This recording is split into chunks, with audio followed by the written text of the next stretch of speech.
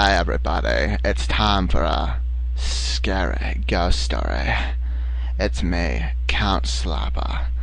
Count Slapper your face. I'm kind of dark. Anyways, we're reading here about some Halloween stories. It's scary stuff right now. If you don't want to be scared out of your mind, I suggest you leave, because it's gonna get really freaky up in here. Anyways, let's begin the story, shall we? Once upon a time, there was a bear, a dog, and a rabbit. Those are my three favorite animals. They're so cute, bouncing around the forests. They were best friends and always did everything together. Yes, they were best friends. I wish I had a best friend. I don't have a best friend. Oh wait, yes I do. I love you, Duke Nukem. Give me a kiss. Mwah.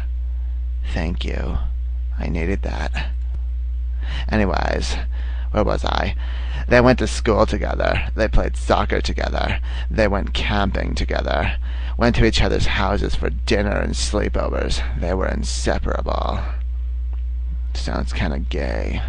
Now children, when a bunch of people of the same gender go to each other's houses and drink tea and sleep over, that's not gay. It's curiosity. It's okay to experiment. Like I experimented with the dark side. Anyways, one day as they were playing in the park, the one rabbit said, "Shall we go fishing in the big green lake this weekend?" "Yippee," said Bear excitedly. But Dog shook his head.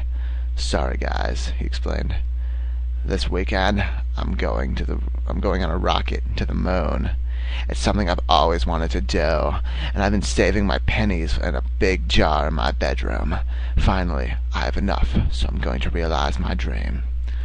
The jar is actually 7 million miles wide in circumference.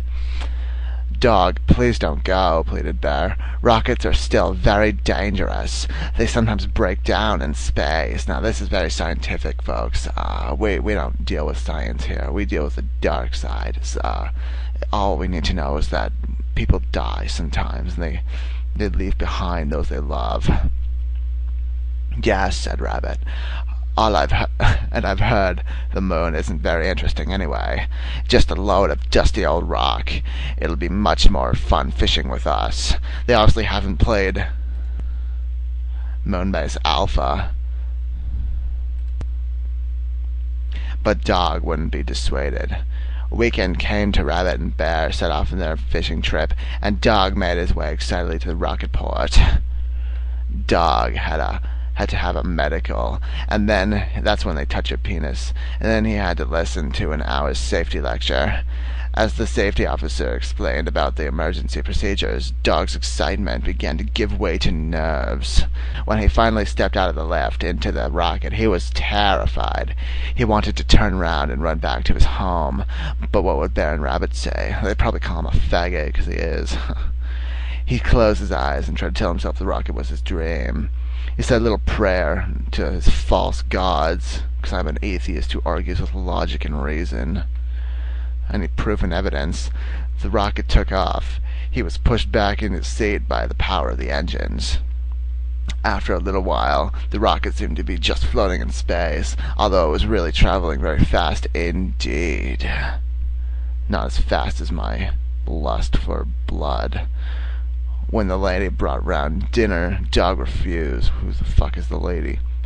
He was still absolutely terrified. After a couple of hours, the rocket's engines just stopped. "We apologize for this delay due to a slight technical problem," said the driver. There's a driver, too. Dog remembered Bear's warning, and he remembered reading the rocket had broke down and was left forever to drift through space. But a few minutes later, the engines restarted, and they were on their way again. The rest of the journey passed without problem, and the driver landed in the rocket right next to the entrance of the hotel. Moon! There's a hotel on the moon now, okay? Didn't you see Moonbase Alpha? They put up the hotel on the moon where they went. Dog was shown to his room. Most of the guests went into the restaurant or bar, or up to the observation room at the top of the hotel. But Dog just sat in his room and cried, feeling very homesick and very alone. I'm beginning to think this is a furry that we're talking about here, not a dog. That night, Dog couldn't sleep at all. He was worried about the rocket breaking down on the way home. Around 3 a.m., he got out of bed and went a glass of water.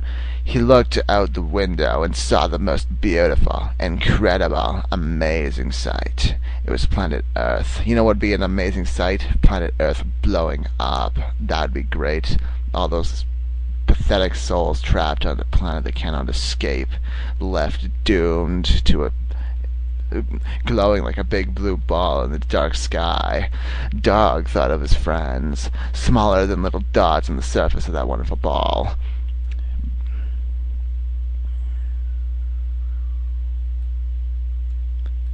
He realized how wonderful his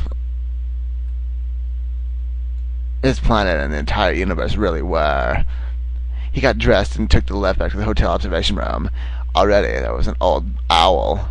"Amazing, isn't it?" he said. "It sure is," Dog replied, realizing that his dream had been a good one all along. Next day, Dog got up bright and early and ate a huge breakfast, borrowed a spacesuit, and went for a long walk exploring the mountains as great as the moon.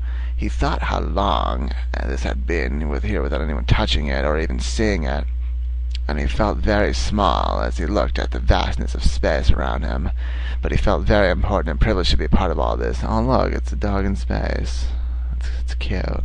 It's on a rocket. He's gonna die. He doesn't have any oxygen reserves.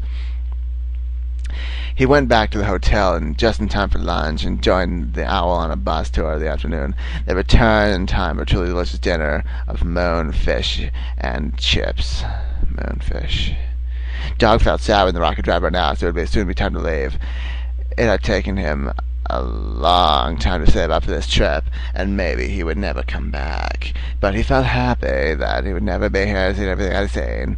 The journey back was a smooth one, and when they got to the rocket port, he was delighted. I'm sounding like kind of an Englishman right now. Hold on. Found Bear and Rabbit waiting for Great Ham.